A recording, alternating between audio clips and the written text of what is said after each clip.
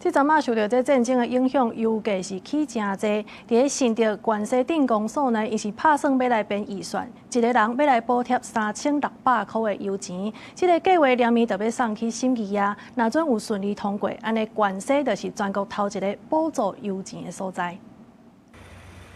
受中東戰爭影響，油價大起，影響其他的民生消費對得起。新竹縣關西鎮經過評估，認為鎮公所財政有法度負擔，打算一人發3600塊的加油補助金。最近第個計劃送代表會，關西民眾聽到這個消息，有人發好，不離個別人感覺應該把錢用在地方建設。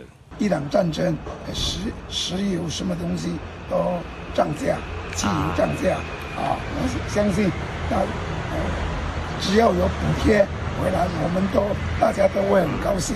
當然有發錢，當然是覺得很好，但是我覺得可以再做其他的項目，可能會更好。因為我們目前國際的情勢呢，還有提升地方的振興地方的經濟呢，那我們預計在5月份的時候會提送代表會審議，我們利用這9000多萬1億多的稅基剩餘款來做一個社會福利普發的動作。